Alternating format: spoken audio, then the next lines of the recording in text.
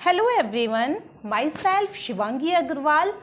कैसे हैं आप सभी? आई होप आप सभी बहुत अच्छे होंगे और घर पर अपनी पढ़ाई बहुत अच्छे से कर रहे होंगे। तो चलिए आज हम क्लास 12th के फिजिक्स के चैप्टर 2 का एक और टॉपिक पढ़ते हैं, जिसका नाम है अनंत विस्तार की समतल आवेशित अचालक चादर के निकट वैद्युत क्षेत्र की तीव्रता। इसमें एक समतल आवेशित अचालक चादर है। चादर मान लीजिए इस तरीके से है। इसके हम दोनों ओर एक गॉसियन पृष्ठ की कल्पना कर लेते हैं। आप मानिए इस तरीके से हम इसे मान लेते हैं कि एक ही चादर है जिसके दोनों ओर से एक बेलन जो है निकल रहा है। अब जब बेलन दोनों साइड से निकल रहा है तो इसमें से विद्युत फ्लक्स कहाँ से निकलेगा? दोनों ओर से निकलेगा। ये तो है नहीं कि सिर्फ एक ओर से निकल जाएगा। जब बेलन इसमें से दोनों ओर से आर पार निकल रहा है तो विद्युत फ्लक्स भी क्या होगा? दोनों साइड से निकलेगा। इसीलिए गॉसियन बेलन के कितने सिरों से बेटा? दोनों सिरों से निकलने वाला वैद्युत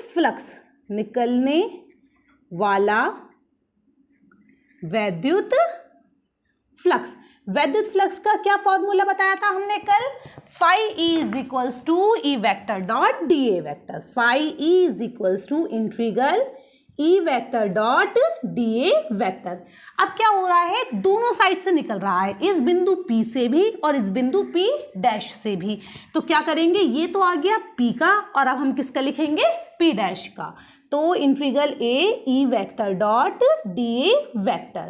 और डॉट प्रोडक्ट का क्या अर्थ बताया था मैंने? Cos theta. तो यहाँ लिख लेंगे पूरा integral E dA cos theta. Same यहाँ पर भी integral A E dA cos theta. यहाँ पे थीटा कितने डिग्री इन दोनों के बीच एंगल? 0 डिग्री का। इसीलिए phi E is equals to integral E dA cos 0 plus integral A E dA cos 0 degree. cos 0 की वैल्यू कितनी होती है बेटा?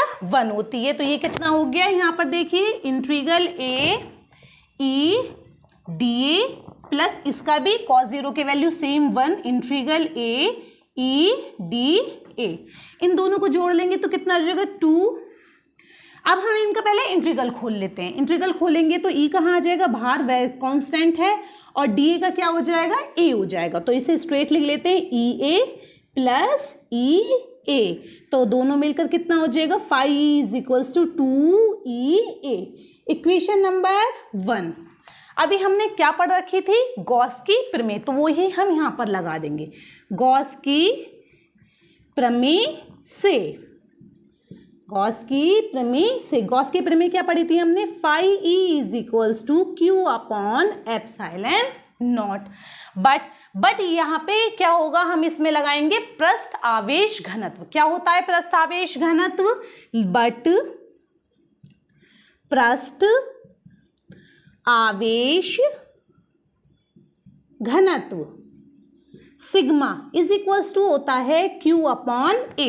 तो यहां से किसकी वैल्यू निकाल लेंगे बेटा? हम Q की। तो Q इज इक्वल्स टू क्या हो जाएगा? Sigma A। वैल्यू को उठा के हम रख देते हैं यहां पर। तो phi E is equals to क्या हो जाएगा? Sigma A upon epsilon naught. अब हमारे पास phi E की वैल्यू, समीकरण क्या मान लेंगे अब इसे हम? 2। तो समीकरण 1 में phi E की वैल्यू कितनी है? 2EA। और समीकरण 2 में phi E की वैल्यू कितनी है? Sigma A upon epsilon naught.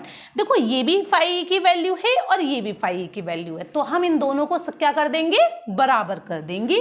तो इक्वेशन 1 एंड 2 से क्या हो जाएंगी? लिखेंगे हम 2EA is equals to sigma A upon epsilon naught. जो सेम होगा उसे हम कट कर देंगे। E से A कट गया, क्या बचा? E इज इक्वल्स टू, जब यहाँ 2 मल्टीप्लाई में है तो दूसरी तरफ जाकर डिवाइड में। तो E is equals to sigma upon 2 epsilon naught. तो यही हमारा फॉर्मूला है अनंत विस्तार की आवेशित अचालक चादर के निकट वैद्युत क्षेत्र की तीव्रता का।